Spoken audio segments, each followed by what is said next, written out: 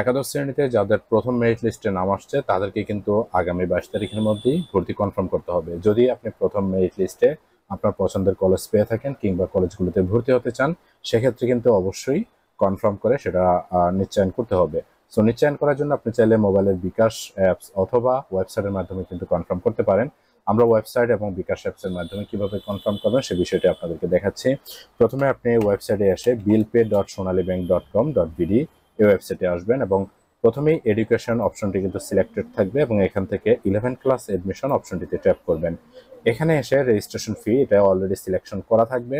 এখানে আপনার SSC role, board name, নিচে থেকে আপনার কত সালে এসএসসি পাস করেছেন সেটা, এখানে কন্ট্যাক্ট নাম্বার হিসেবে আপনি প্রাথমিক অ্যাপ্লিকেশন করার সময় যে কন্ট্যাক্ট নাম্বারটা ব্যবহার করছেন সেই কন্ট্যাক্ট নাম্বার ব্যবহার করতে হবে। কন্ট্যাক্ট নাম্বার দেওয়ার পরে জাস্ট চেক অপশনটিতে প্রেস করে দিবেন।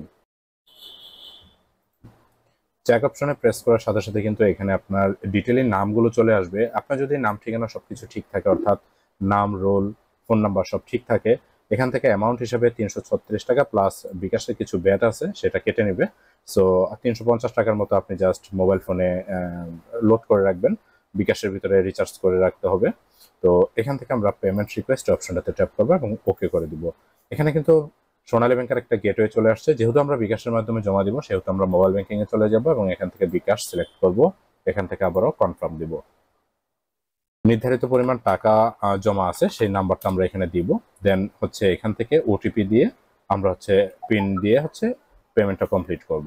কনফার্ম করার সাথে সাথে কিন্তু এখানে দেখবেন যে একটা ভাউচার চলে আসছে, যেটা হচ্ছে আপনার বিল ভাউচার। এটা আপনি জাস্ট প্রিন্ট করে রেখে দিবেন, কারণ হচ্ছে ভর্তির সময় ভাউচারটি প্রয়োজন হতে পারে। আসলে বিকাশেও পেমেন্ট কমপ্লিট করতে পারি। বিকাশ পেমেন্ট করার জন্য জাস্ট বিকাশ অ্যাপটিতে লগ ইন করবো এবং এখান থেকে প্রথমেই দেখতে পারবো এডুকেশন ফি নামের একটা অপশন কিন্তু এখানে আছে। জাস্ট এডুকেশন ফিতে যাব।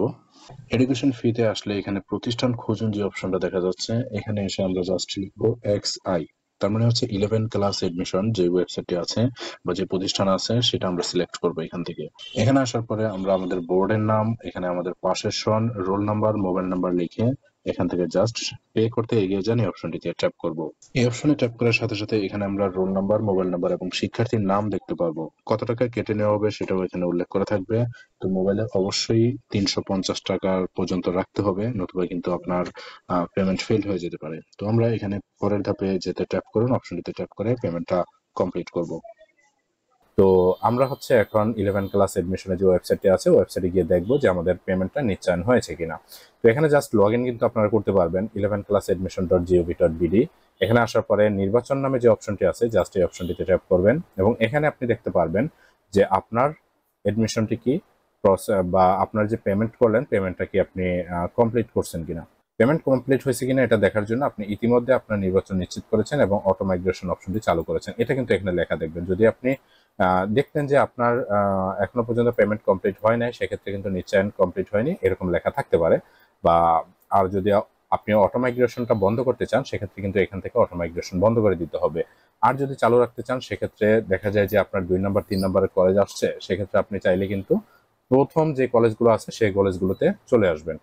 মাইগ্রেশন সবসময় প্রথম দিকে আসে, লাস্টের দিকে কিন্তু মাইগ্রেশন কখনো যায় না, সবসময় প্রথম দিকে মাইগ্রেশন আসবে। সো এটা আপনার চিন্তা ভাবনা করে হচ্ছে এখান থেকে অন করে দিবেন। তো এটা ছিল নিশ্চয়ন করার প্রসেস। আপনারা চাইলে এই পেজটিও প্রিন্ট করে রেখে দিতে পারেন, কারণ পরবর্তী ইনফরমেশনের জন্য বা ভর্তি প্রক্রিয়ার জন্য হচ্ছে আপনার কলেজে যখন আপনি যোগাযোগ করবেন তখন হয়তো বা এই কাগজটির প্রয়োজন হতে পারে। তো পরবর্তী সকল ইনফরমেশন পাওয়ার জন্য আমাদের চ্যানেলটিতে সাবস্ক্রাইব করে আমাদের সাথে থাকবেন। দেখা হচ্ছে পরবর্তী ভিডিওতে। আসসালামু আলাইকুম।